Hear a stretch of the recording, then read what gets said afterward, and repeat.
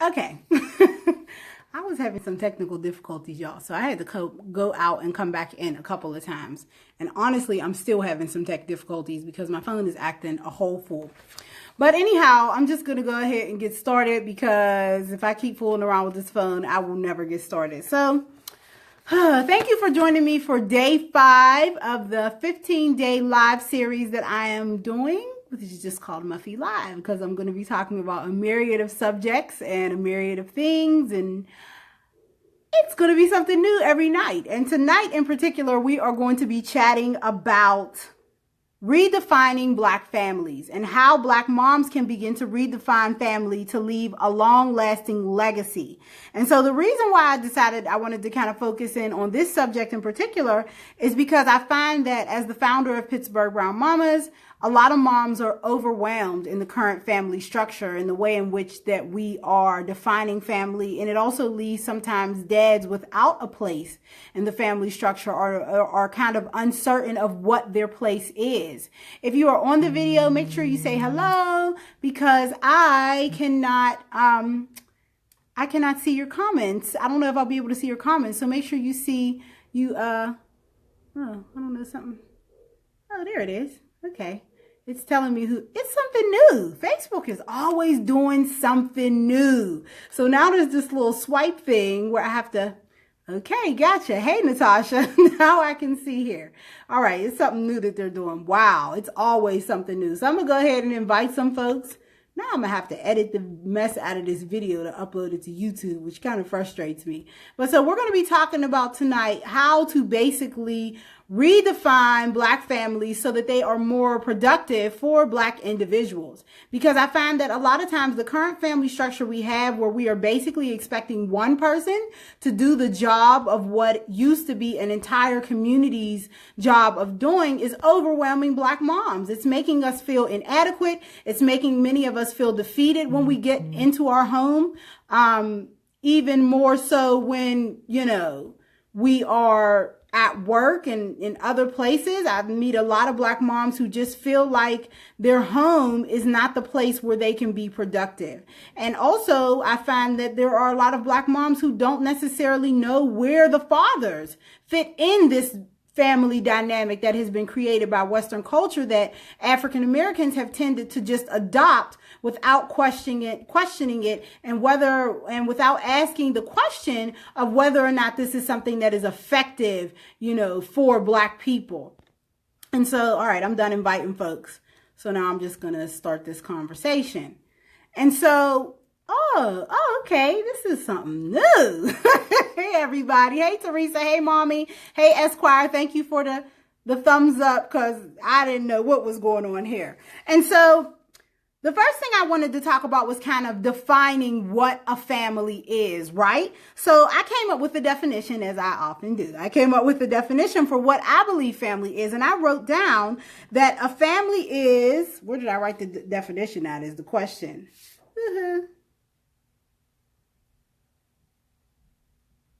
A family is a unit that insulates through reliability, reputation, resources, righteousness, and common cultural routines, or even better, rituals. Hey, Takia. So I'm going to say that again. I define family as a unit that insulates through reliability, reputation, resources, righteousness, and a common cultural routines, or even better, rituals. So those are 5 things. So 5 R's, that's what I'm going to say as a way of defining family. And I think the question we need to begin to ask ourselves as Black people, as we begin to define family for ourselves is, how are our current family dynamics benefiting us?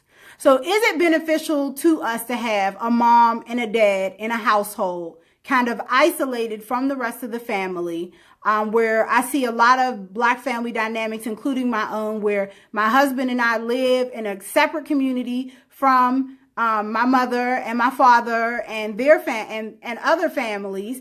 And is that beneficial to us? Is it beneficial to us to not live in the same community? Is it beneficial to us to have children the way that we have children? Some of us have children far apart. Some of us have children close together. And I think, while we need to define that individually as far as what makes you feel good or what makes your household run, we also need to begin to define that communally and think about how our family structures and dynamics are, benefiting our communities. Is it beneficial to a community for families to live in these kind of isolated environments where it's just you and your husband and your children? And I thought to myself, because, for Black people in the United States, we have not really been a part of defining family for ourselves. We kind of more so, once we came over on the slave ships, once we, kind of adapted to European culture or white culture, we just kind of took on their family structures. And many of us have forgotten the family structures that we came over here with from Africa. And I actually have done a pretty extensive study on families in Africa and how the family dynamics in African societies have benefited them, their cultures and the sustaining of their culture. And a couple of things that I noticed is that through studying a few books that I've read, one in particular, I read a book about pygmy families, and which I didn't know, in pygmy families, every child is born with two mothers, sometimes three, and fathers. So when you have in a pygmy family, you would have a child is born and their mother would be their biological mother, the mother of their husbands or the sister of their husband, as well as the grandmother, would all be mothers. So they would all have the same role in the child's life. And then for fathers, you'd have the father, you'd have an uncle of the sister or a brother of the sister, as well as the grandfather. And then there would also be other family members who served in uncle, aunt, cousin, hey Jess, capacities. So we need to begin to, and that benefited them because the mother was never overwhelmed and the father was never overwhelmed, because the taking care of the child, whether it be, through, feeding the baby every day or making sure that the baby was being properly schooled in the ways of the community, that was never, could not be neglected by one person. Or if one person neglected it, they had a backup. And so in addition to that, I found that in reading another book, a lot of African cultures, which is crazy, did not trust people our age, millennials. So people who would be millennials right now, which would probably be between the ages of, let's say, 26 and 35, would not have been trusted in the rearing of children in African culture. In many African cultures, we would not have been trusted because it was believed that until you were about 42 years old, you didn't have enough breadth of life experience to really rear and raise children. So children were actually spent the vast majority of their time with older kids between the ages of, let's say, 7 years old and 12 before they went and did their coming of age ceremonies and were, gone into the village to marry and have families of their own, or the elders. So we need to begin to think about, if we as millennials are being trusted with the raising and rearing of children, has that been beneficial to us? And if it hasn't, then we need to think about redefining what the family structure needs to look like. And this is so important when you're building legacy, because like we talked about, those 5 R's, which we're going to go into depth about, that create a family, we need to think about that, because whatever happens in your child's childhood is what they take on to adulthood. So if they see, like we talked about yesterday or the day before that, about the busy mom epidemic, if they see mom and mom is constantly overwhelmed and dad doesn't understand his place in the family structure, these are all habits that they're taking in generationally. So we really need to begin to think about, the families that we have created, and are they beneficial? Is it even possible for a mom and a dad to not feel overwhelmed, to not feel beat down by life when you have 2 people, a mom and a dad, or sometimes just one, right, that needs support, and they're not getting the proper support that they need? Is it even possible for them to feel at any point like they are making progress in legacy and in family structure and in creating a broader family structure that can then be turned into a community? And like I said, I'll read again. How I define family is that family is a unit that insulates through reliability, reputation, resources, righteousness, and common cultural routines, or even better, rituals. And so let's talk about these 5 R's, because I want to point out that I define family as a unit that insulates. I think it's very difficult. And if you are on the video right now, please take some time and share the video. I think that it is very difficult for 2 people to insulate more than one child from harmful things that could be going on in the exterior of that family. I think that that is a big job to give 2 people. And so as I talk about these ways that family can insulate, I really want us to begin to imagine how other family members, other community members can come in and kind of fill in the gaps where we're not able to. Because it is hard for 2 people, just 2 people, to take on the job of insulating children, especially if you have more than one kid, from all the troubles of the world. That is a very difficult job to give 2 people. And so the 3 R's that I would like to talk about for redefining family are some things that we should consider as we redefine family. The first one is reliability. And so oftentimes, when we think of family, we think of things like money, power, respect. Like if you can garner those things in a family, then, you can have a powerful family. But we need to think about how you get there. So those things could be right. You're right. If you have money, if your family has money, if your family has power, if your family has respect, then yes, you can garner a good legacy. But the question is, how do you get those things? And I would say the first way that you get that is to build reliability skills within your family. So how do you build reliability skills? And I wrote, you teach reliability skills very simply by relying on one another. If I can't rely on my family members, my husband, my children, my mother, to fill in the gaps where I'm not able to, there's no way you're going to be able to get money and respect. Because money is not something that you get as an individual. As we all know, you don't live on an island. So under the guise of family, we need to begin to think about building reliability skills so that we can in turn garner resources. Because when your children, a lot of times we as moms, we tend to focus on children as little children, but as they go out into the world, that relationship dynamic between the child and the parents at some point needs to shift. It needs to shift to where the parents are now the almost like the child, and the child becomes the caregiver. So the child needs to, at some point, once the relationship shifts, come in to provide support, whether it be monetary or, just reliability skills. And we cannot expect that of our children if we don't teach them reliability skills early on. And so some of the ways you can teach your kids reliability skills, actually some of the things that I would like to implement. My youngest son is an early riser. He gets up early every morning. So I said that for Christmas, I'm going to make sure he gets an alarm clock, and he can be responsible for waking everybody up.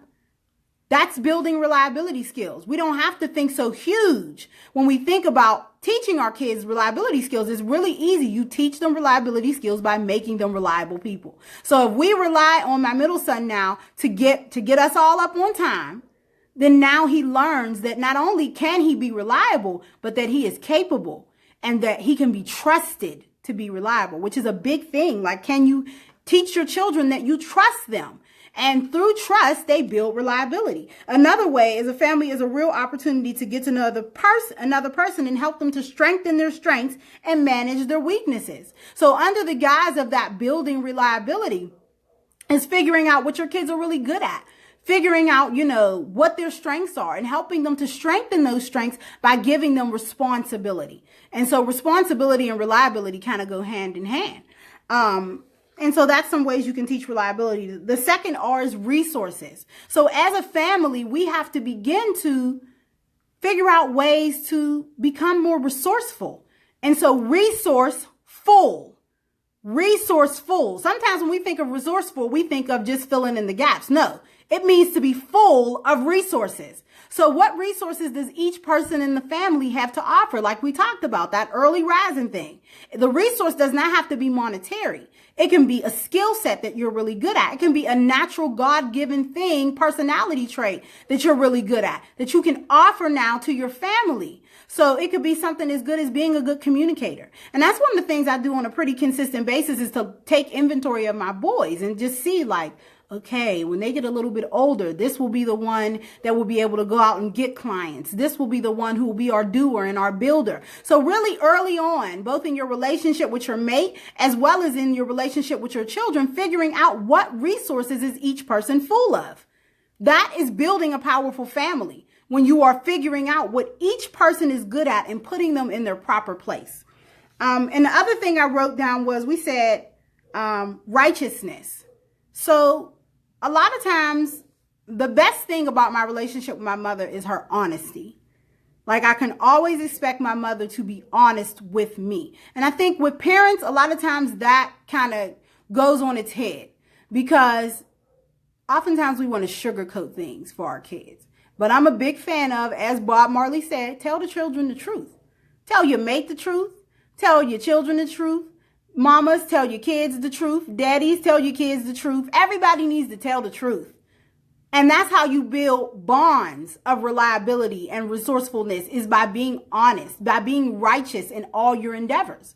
And, you know, as a family, if I know that I can go to my parent and talk to them, and that they're not going to really tell me the truth, you can't really build reliability skills that way. Because if you're going to give your kids falsities just because you don't want them to feel bad, or just because you don't want them to, you know,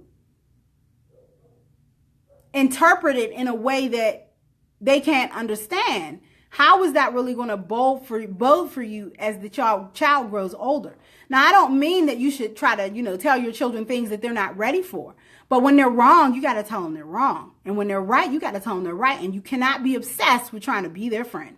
That's just not a good way to go about building a powerful family. Because at the end of the day, your child, your husband needs to know that I can go out into the world and they can tell me anything. But when I come between my family members, when I come with my husband, my children, this is going to be total transparency, total righteousness, always moving towards what is right. Teaching your kids the difference between right and wrong.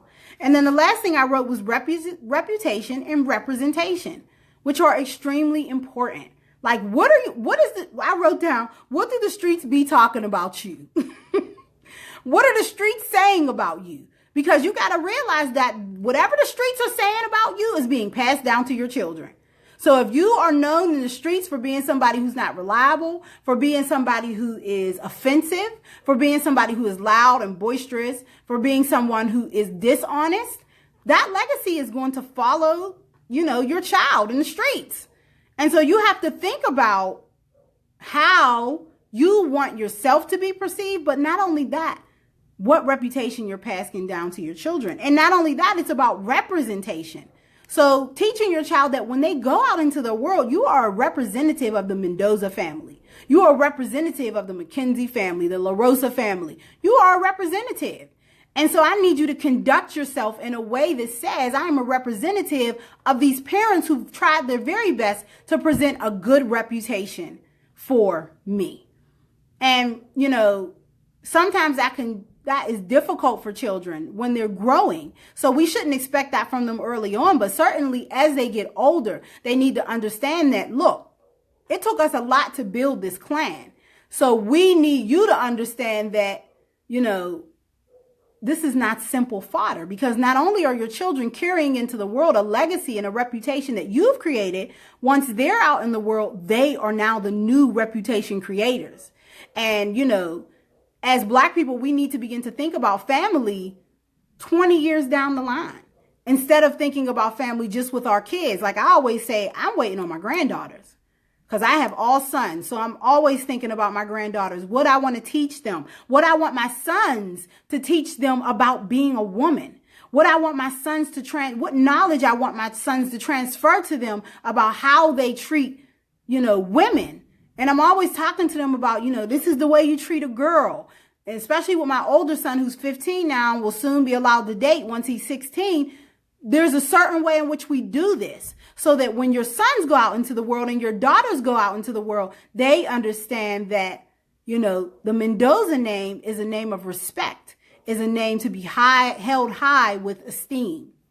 And so those are just some of the things that I think we need to keep in mind as we build these insulating family units. And like I talked about before, I'll say it again because I'm not sure if more people have joined the video, but as Black people, we really need to begin to redefine what a family looks like, because I think it is very obvious by just examining the lack of male-female alliances in our community that are actually able to progress and move things forward on behalf of our community, that a lot of our families are dying on the inside. And I think that a lot of our families are dying on the inside because they're too stressed. They're too overwhelmed. They just feel like, how in the world am I as an individual or as, a two-parent couple supposed to make this work and, get all the balls in all the holes? So we need to really begin to examine and do research. Like I said, there are quite a few books. A book I'm reading called Intimate Fathers about pygmy families. There's another book, it's called The Art of Kendezi, about how children were reared and raised in Africa and how they are still being reared and raised. And we need to begin to really re-examine our ideas around what a family is and is not. Because, listen, if you're one of those moms or one of those dads, it's like, I don't want my in-laws involved, they're not allowed to have no say. That's ridiculous. That child does not just belong to you. That child belongs to a community. And a lot of times that's the problem in our families. We don't want anybody to say anything about our parenting. And not to say that you have to listen to everyone, because we know there's a difference between elders and olders. Some elders are wise and some elders just know stuff that they don't know nothing about. And we have to be able to discern between that. But equally, we also have to be able to allow our family members who do know better, who have raised children and who have had a success rate with raising their children, to have input on the lives of our children. Because if we continue down this road of these two-parent insulated house or isolated households, that is not a recipe for success. That is not a recipe for power.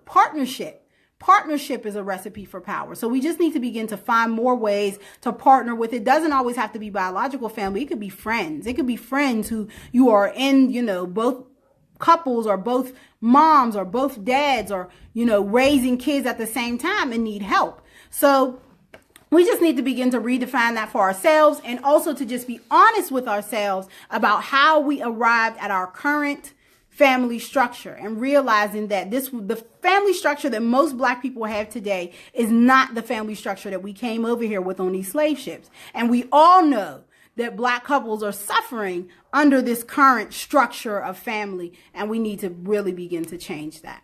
So thank you very much for joining me on this video. I'm going to be making my way off. I will be live again tomorrow at 9 p.m. I'm not sure what we will be talking about tomorrow, but on my schedule, I have it to talk about why Black moms are totally, completely able to raise successful Black boys. So that's it. I don't have nothing else. I will see y'all tomorrow at 9 p.m. Please feel free to share this video. I want as many viewers as I can possibly get, and I would appreciate your help. And I'm Muffy Mendoza. Good night. Talk to y'all later. Bye-bye.